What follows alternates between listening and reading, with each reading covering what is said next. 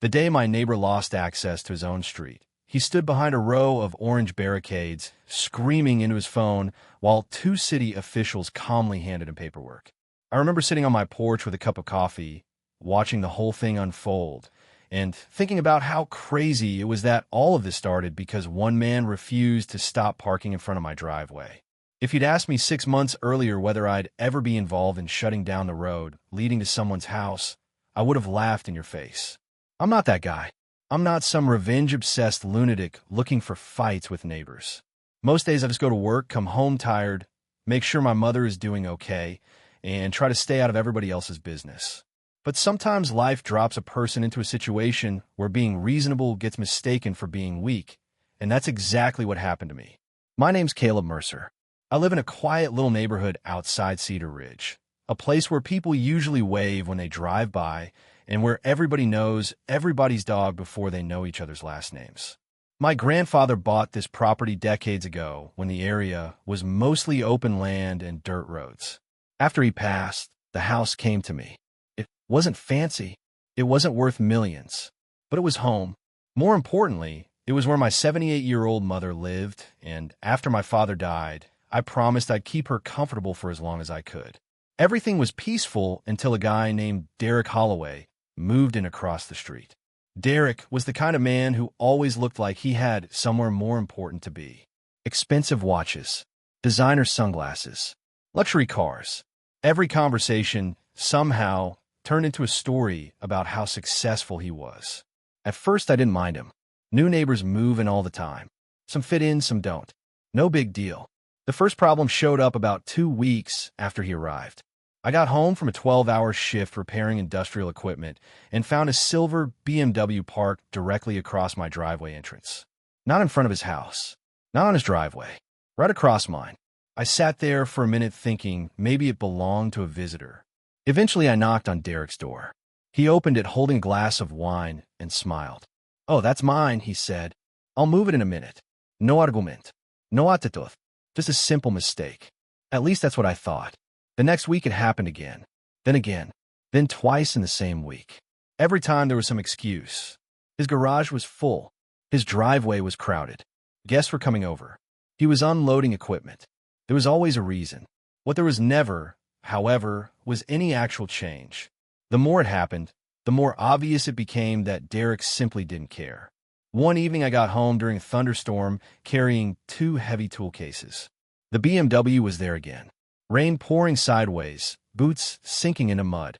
And I had to park half a block away and drag everything home through the weather. The next morning I walked over and tried being direct. "Derek, I need you to stop blocking my driveway." He barely looked up from his phone. "Relax, Caleb. It's not like you're using it 24 hours a day." I remember staring at him, wondering if I'd heard him correctly. "It's my driveway." He shrugged. "And it's just a driveway." That was the moment something shifted. Not because of the inconvenience, because of the disrespect. A few weeks later, my mother had a doctor's appointment. She came home carrying groceries afterward while I was still at work. Since she couldn't get close to the house, she had to park farther down the road and walk back carrying bags. One of the neighbors helped her because she almost lost her balance stepping off the curb. When she told me that story that evening, I felt something knot up inside my chest. I wasn't angry yet. I was disappointed. Disappointed that a grown man could see an elderly woman struggling and still keep doing the same thing. So I tried every reasonable solution I could think of. I left polite notes. I spoke with him face to face. I contacted local parking enforcement. I even attended a neighborhood meeting hoping someone else could talk sense into him. Nothing worked. If anything, Derek seemed amused by the entire situation. One Saturday morning, I was mowing my lawn when he walked past and said, "Still upset about the parking thing?" Then he laughed. Actually laughed. I shut off the mower and looked at him. One day you're going to push the wrong person too far. He smirked and kept walking. Looking back now, I think he believed there would never be consequences because there never had been before. Some people go through life assuming rules apply only to everyone else. Unfortunately for Derek, he had moved into the one neighborhood where history mattered more than he realized. And I wouldn't discover that history until the night everything finally reached a breaking point. It happened on a Friday after one of the longest work weeks I could remember. I pulled into the street exhausted, shoulders aching, already thinking about dinner and sleep. Then I saw it. The BMW was sitting across my driveway again. Not partially, not accidentally, completely blocking it. And standing on his front lawn, talking on his phone, was Derek. The second he noticed me looking at the car, he smiled. Not a friendly smile. The kind of smile someone gives when they know exactly what they're doing. Then he turned away and kept talking as if I didn't exist. That night, after helping my mother bring groceries inside from down the street yet again, I found myself wandering into the old storage room behind the garage, searching for absolutely nothing in particular. Maybe I was trying to cool off. Maybe I was looking for a distraction. What I found instead would change everything. The storage room had belonged to my grandfather, Walter Mercer, a land surveyor who treated paperwork the way some people treat gold. The man documented everything. If he bought a hammer in 1974, there was probably a receipt somewhere. Most of the shelves were packed with old boxes, rolled maps, notebooks, and filing cabinets that hadn't been opened in years. I started digging through them mostly to clear my head, but around midnight, I came across a weathered metal drawer that was harder to pull open than the others. Inside was a thick folder labeled Mercer Property Records. At first, I almost ignored it. Then I noticed several folded maps sticking out from the side. I sat down at an old workbench and started going through everything. The deeper I got, the stranger it became. There were original survey maps of a neighborhood dating back decades, correspondence with county officials, land transfer documents, construction approvals, easement agreements, and handwritten notes from my grandfather explaining decisions he had made regarding the development of the area. Around 1 a.m, I unfolded a large yellowed map and just stared at it. The entire neighborhood looked different back then. The road everyone used today hadn't originally existed. What surprised me even more was realizing that a huge portion of what later became our street had once been part of my grandfather's property. I leaned closer. Then I found another document attached to the map. It was an access agreement created when developers first built homes in the area. My grandfather had agreed to allow part of his land to be used for roadway access under specific conditions. Most of the language was standard legal stuff that made my eyes glaze over, but one section practically jumped off the page. It described limitations regarding commercial activity and misuse of access privileges tied to the roadway easement. If certain violations occurred and remained unresolved, access rights could potentially be challenged or revoked through legal procedures. I must have read that paragraph 10 times, then 20. I wasn't a lawyer, and I knew enough not to assume I'd stumbled onto some magical revenge button hidden in a filing cabinet. But something about it stuck with me. The next morning, I called an attorney named Harold Benson, a property lawyer who had handled estate matters for my family years earlier. I drove over with copies of the documents and sat across from him while he read through everything. At first, he looked skeptical. Then he became interested. Then he became very interested. Finally, he set the papers down and said, "Caleb, where exactly did you find these?" I explained. He nodded slowly. "This isn't something you want to rush. But these documents appear legitimate." My pulse immediately picked up. "What does that mean?" Harold leaned back in his chair. "It means there may be legal leverage here if violations are occurring, but we need evidence. A lot of evidence." That was the beginning. Over the next several weeks, I became the last person Derek expected me to become. An investigator. Not because I wanted revenge, because I wanted answers. Once I started paying attention, things became impossible to ignore. Derek wasn't simply working remotely from home. He was running an entire consulting operation out of his property. Different vehicles arrived every day. Clients came and went throughout the week. Delivery trucks stopped constantly. There were business meetings on his patio, networking events, catered lunches. Sometimes 8 or 10 visitor vehicles would be lined up along the street. Neighbors had complained about it for months, but nobody had ever bothered documenting anything. I started documenting everything. Photos, dates, times, license plates, public business listings, online advertisements, company registrations, social media posts showing meetings conducted at his house. It turned out Derek wasn't exactly hiding what he was doing. He was proud of it. In one video, he actually bragged about operating his company headquarters from home because it reduced overhead costs. Every new piece of information made Harold more confident. Meanwhile, Derek continued acting exactly the same way he always had. If anything, he became worse. One evening, I arrived home and found not only his BMW blocking my driveway, but also one of his client's SUVs partially parked across the entrance. I walked over and knocked. Derek opened the door with a group of people standing behind him holding drinks. "Can you move these vehicles?" I asked. He rolled his eyes. "We're in the middle of something." "So am I. I live here." A couple of his guests exchanged awkward looks. Derek smirked. "Maybe you should learn to be more flexible." Then he shut the door in my face. I remember standing there on his porch listening to people laugh inside the house while staring at my own reflection in the glass. For the first time, I stopped hoping he would change. Some people only understand consequences. About a month after finding the documents, Harold arranged meetings with county officials and land use specialists. The process moved slowly. There were reviews, records requests, inspections, legal opinions, and endless paperwork. Several times I assumed nothing would come of it. Government processes have a way of turning weeks into months. But little by little, the evidence pile grew. More importantly, the historical documents held up under scrutiny. Nobody questioned their authenticity. One official even commented that he rarely saw property records preserved so thoroughly. "Thank you, Grandpa." Through all of this, I kept going to work, taking care of my mother, mowing the lawn, paying bills, and pretending life was normal. Derek had absolutely no idea what was happening. Then one afternoon, Harold called me.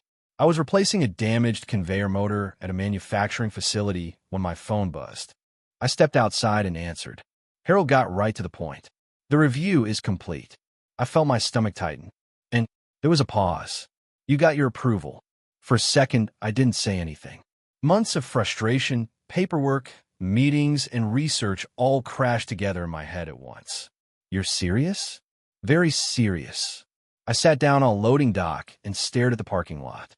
Harold continued explaining details, timelines, enforcement procedures, and legal notices, but honestly, I only remember pieces of the conversation. What I remember clearly is the feeling. Not excitement, not revenge.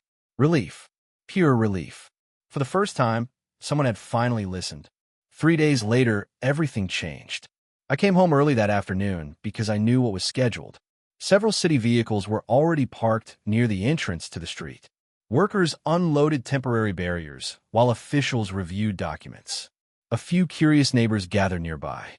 Nobody seemed entirely sure what was happening. Around 5:30, Derek's BMW appeared at the far end of the road. He slowed immediately after seeing the barricades. Then he stopped. Then he got out.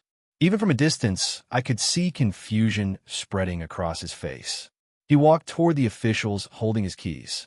They handed him paperwork. He skimmed the first page, then the second. Then his entire expression changed. "This can't be right," he said loudly. One official pointed toward several attached documents. Derek read again. "Who filed this?" No answer. "Who did this?" His voice grew sharper.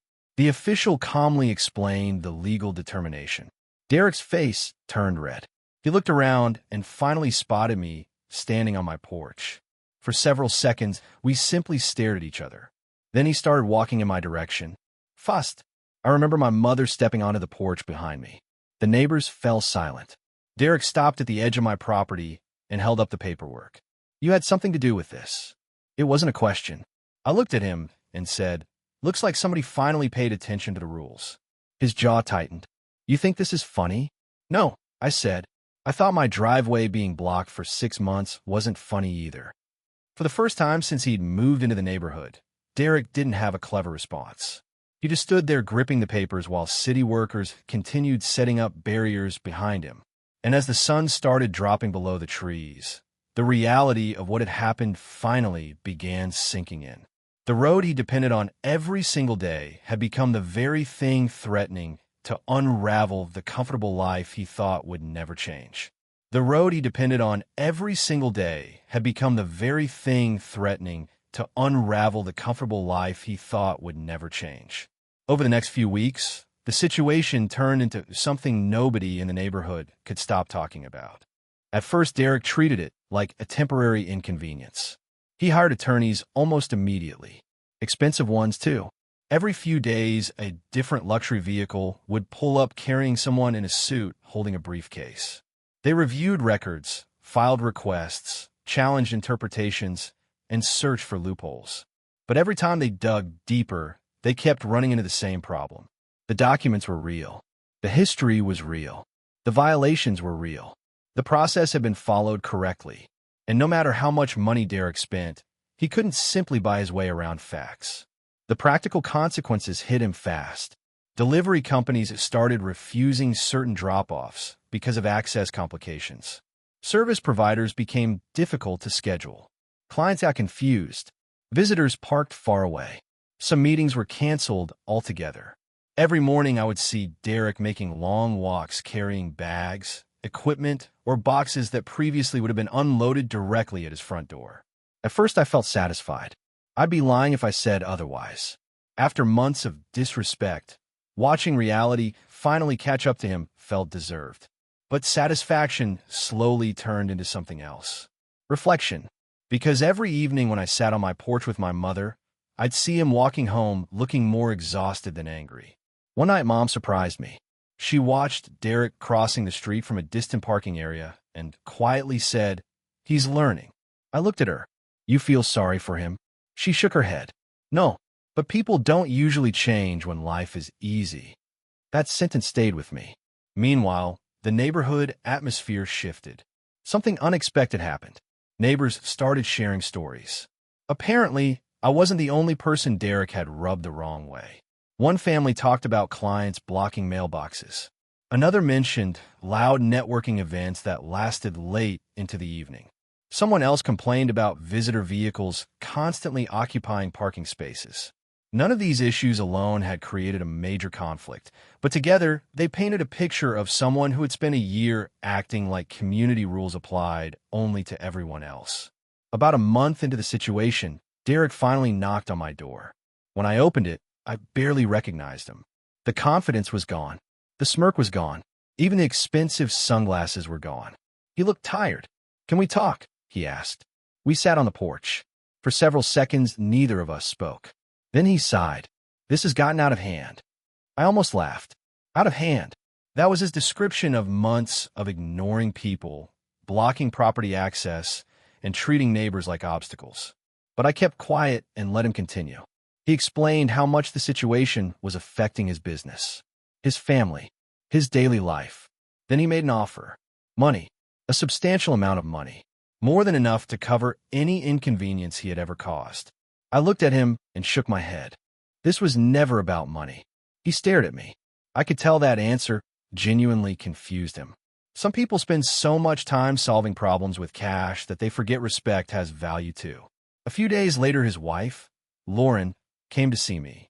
Unlike Derek, she didn't arrive with arguments or offers. She arrived with honesty. We sat at my kitchen table while my mother drank tea nearby. Lauren admitted she'd warned Derek multiple times that his behavior would eventually create problems. She apologized for the driveway situation. She apologized for the stress on my mother. She apologized for things Derek had probably never even considered. Before leaving, she said something interesting. "You know, he doesn't really understand consequences. Not until they happen." I remember smiling because that was probably the most accurate description of Derek anyone had ever given. Even then, I didn't immediately agree to anything. Part of me wanted him to sit with the consequences a little longer. Not out of cruelty, out of necessity. Lessons learned too quickly are often forgotten just as quickly. So I waited. Another couple of weeks passed. Derek kept walking, kept dealing with the inconvenience, kept experiencing what life feels like when somebody else's choices create unnecessary obstacles. Eventually, Harold contacted me and said negotiations could begin if I was interested. By then, I'd had plenty of time to think. Revenge had never been my goal. What I wanted was simple: respect, accountability, boundaries. So we drafted a new agreement. This time everything would be in writing. Every condition, every responsibility, every consequence. No vague understandings. No assumptions. No handshakes. The agreement prohibited business activities that violated the original access conditions. It established clear rules regarding parking and property interference. It included maintenance obligations and annual usage compensation tied to the roadway arrangement. Most importantly, it guaranteed that my driveway would never be blocked again. When Derek reviewed the terms, he didn't argue nearly as much as I expected. Life has a funny way of changing a person's negotiating style. A month earlier, he would have laughed at half those requirements. Now he's signed them. Every page. A few weeks later, the barriers disappeared. Access was restored. The street reopened. Life slowly returned to normal. But not exactly the same normal as before. These days when I come home from work, my driveway is always clear. Not usually clear. Not mostly clear. Always clear. My mother parks right outside the house whenever she wants. Delivery drivers reach the front door without confusion. The neighborhood feels quieter, more respectful somehow. As for Derek, he's still there. We aren't friends. We probably never will be. But we're civil. Occasionally we'll exchange a nod while collecting mail. Sometimes he'll even wave. The arrogance that arrived with him seems to have disappeared somewhere along those long walks back to his house. The funny thing is, people often hear this story and assume it's about revenge. It isn't, at least not from my perspective. To me, it's about what happens when somebody mistakes patience for weakness. I gave Derek chance after chance to do the right thing. Conversations, warnings, courtesy, understanding, every off-ramp possible. He ignored all of them because he believed there would never be consequences. In the end, the driveway was never the real issue. The real issue was respect. Respect for neighbors. Respect for community. Respect for the fact that other people exist and their lives matter just as much as yours. And sometimes life has a way of teaching that lesson far more effectively than any argument ever could. Now here's the question I still think about from time to time. Did I go too far? Some people say I should have let it go. Others think Derek got exactly what he deserved. Personally, I'm not sure the answer is completely black and white. What I do know is that he never blocked my driveway again. So I'd love to hear what you think. If you were in my position, after months of warnings, excuses, and disrespect, would you have done the same thing? Would you have fought back using every legal option available? Or would you have handled it differently? Let me know down in the comments, because stories like this always seem to divide people right down the middle. And honestly, that's what makes the conversation interesting.